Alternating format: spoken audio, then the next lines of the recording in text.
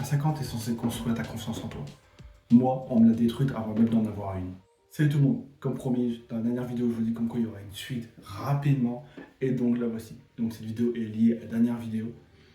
Je parlais de ce que j'en ai retiré de mon harcèlement, car heureusement pour moi j'ai subi, mais au long terme j'ai appris certaines choses. L'amitié. Une amitié peut être effacée en un claquement de doigts. Les amis que j'ai pu avoir disparaissent comme si tu les avais jamais vus. Mais pour ma part, c'est la meilleure perte qui m'est arrivée, même si je voyais les choses autrement sur le moment. Si une amitié s'efface si vite, c'est que ce n'était pas de l'amitié, c'était juste de l'occupation. Bien sûr, j'avais mes défauts, comme tout le monde.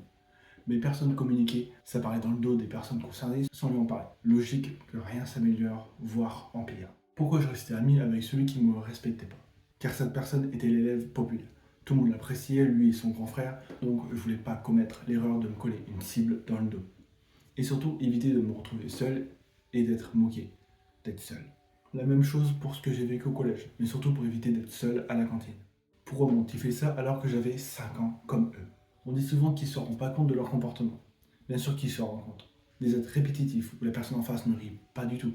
C'est facile d'apercevoir que la personne en face encaisse. Les signes sont assez clairs. Ils savaient qu'ils me détruisaient, mais ça les amusait. Sans vouloir me vanter, j'ai toujours fait les choses différemment des autres. J'étais unique comparé à eux, et ça, je suis convaincu qu'ils ne le supportaient pas. Pourquoi mon harceleur m'a-t-il fait ça? En primaire, j'étais pas gâté.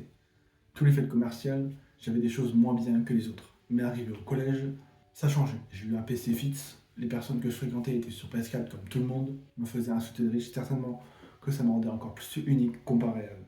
Les questions que beaucoup peuvent se poser. Pourquoi c'est tombé sur moi et pas sur d'autres?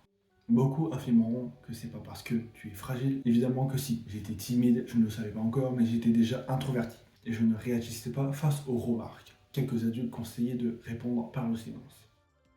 J'ai passé ma scolarité à répondre avec le silence. Ça n'a jamais rien réglé et je suis convaincu que le silence a empiré les choses. Est-ce que c'est ma faute? Est-ce que j'ai provoqué ça? Bien sûr que non. On se retourne le cerveau en cherchant ce qu'on a fait de mal, ce qu'on aurait pu faire différemment. La vérité, rien. Le problème vient de leur insécurité, jalousie, pas de notre comportement. Pourquoi personne n'a rien vu venir ou n'a rien fait? La peur d'être la prochaine cible paralyse les autres. Même si c'est pas l'argument pour tout le monde.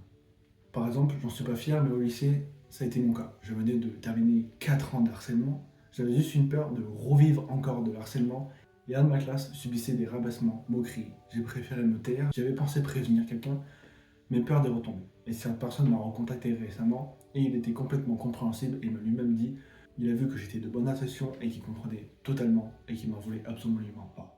Les mauvaises habitudes que j'ai prises. Je faisais semblant de rigoler pour pas de blesser la personne ou car j'avais piché. Alors que il est pas drôle sur le moment et c'est tout, ça arrive. J'ai compris tout seul plus tard que c'est juste irrespectueux, c'est mentir. Ça part d'une bonne intention mais maintenant j'essaye de le corriger vu que c'est devenu un réflexe. Aujourd'hui j'en suis là. J'ai un parcours marqué par un enfer qui a commencé bien plus tôt que je peux m'en souvenir et qui s'est terminé par 4 ans de harcèlement au collège. Pendant tout ce temps, je traînais avec des prétendus amis qui étaient hypocrites, arrogants, irrespectueux, les mecs qui étaient malhonnêtes, égocentrés et même misogynes. 3 questions qui reviennent beaucoup sur des forums. Pourquoi je m'en souviens encore alors qu'on tout oublie?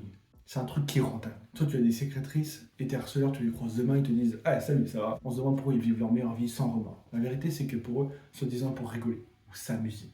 Pour nous, c'est nos pires souvenirs. Si je peux donner un conseil, si votre ancien harceleur vient vous parler dans la rue comme si vous étiez pote, pour le coup, dites rien. Continuez votre chemin, il ne mérite pas votre temps. Est-ce que je vais rester fragile toute ma vie? Beaucoup de victimes ont peur d'avoir l'étiquette de victime collée sur le front pour toujours. Le harcèlement te rend fragile, mais uniquement sur le moment que tu subis. Après, tu peux développer de l'hypervigilance, mais malheureusement, tu pourrais rester naïve et rien ne voir arriver de nouveau. Tout dépend des personnes. Mais maintenant, les gros fils de je les vois arriver de loin, où j'en ai un pressentiment. Comment faire pour refaire confiance à quelqu'un? Après avoir été trahi par des amis pendant des années, c'est la question logique. Après avoir bouffé de l'hypocrisie pendant des années, on en a marre de la donner notre confiance, mais j'ai appris que la confiance ne se donne pas. Elle se mérite. Aujourd'hui, je préfère avoir un cercle de 3-4 vraies personnes que 15 potes peu fiables. Et pourtant, au milieu de ce tas de merde, je suis resté un mec bien. J'ai toujours eu horreur de la misogynie et de leur mentalité. J'ai pas changé pour leur plaire, je suis resté moi-même, et c'est tout. C'est parce que toute cette noirceur, j'en ai tiré des leçons, et qui m'ont changé ma vie, et qui m'ont permis de fonder Veslery. Parce qu'on peut pas rester une victime toute sa vie, on doit devenir l'acteur de sa propre réussite. Soyez génial, soyez vous-même. It's awfully chilly outside when there's no shelter to hide. When everything is a lie, you'll find that out in some time. But when the things on your mind are all considered a crime, communication aside.